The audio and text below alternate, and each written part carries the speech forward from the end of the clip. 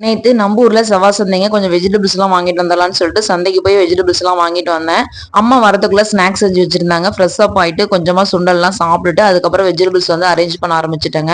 நான் வந்து எப்பயுமே சந்தையில அதிகமாலாம் காய் வாங்க மாட்டேன். ஒரு 2 நாளைக்கு ஆகுற மாதிரி மட்டும் வெஜிடபிள்ஸ் வாங்கிட்டு வந்துருவேன். வெங்காயம், சின்ன வெங்காயமும், பெரிய வெங்காயம் மட்டும் பல்கா வாங்கிட்டு வந்து ஸ்டோர் பண்ணிக்குவாங்க. இன்னைக்கு வந்து பார்த்தீங்கன்னா, முட்டைக்கோசு, பாவக்காய், பாலாக்கீரை, கேரட், பீன்ஸ், லெமனு, புதினா இது மட்டும் தான் வாங்கிட்டு வந்தேன். இது வந்து ஒரு 2 நாளைக்கு வருங்க. மீதி வேணும்னா பக்கத்துல இருக்க கடையில போய் வாங்கிக்குவேன். அதிரச மாவு நல்லா வந்து 2 நாள் நல்லா ஊறி வந்துருச்சுங்க. ஒரு சிஸ்டர் வந்து கேட்டிருந்தாங்க, எப்படி செஞ்சாலும் எனக்கு மெஷர்மெண்ட் வந்து தெரிய மாட்டேங்குது, நீங்க கொஞ்சம் சொல்லுங்க அப்படின்ட்டு. இன்னைக்கு நாங்க எடுத்த அளவு பார்த்தீங்கன்னா 1 கிலோ பச்சரிசி மாவு வந்து எடுத்திருக்கோங்க. அதுக்கு 3/4 கிலோ வந்து நாட்டு சக்கரை வந்து எடுத்துக்கிட்டோம்.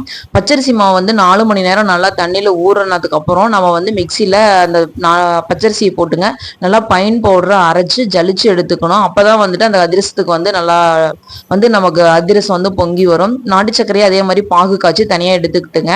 அதிரசம் வந்து நமக்கு 2 நாள் மாவு புளிச்சாதான் அதனுடைய டேஸ்டே. நம்ம வந்து உடனே மாவு அரைச்சு உடனே போட்டோம்னா அதனுடைய டேஸ்டே வந்து வராது.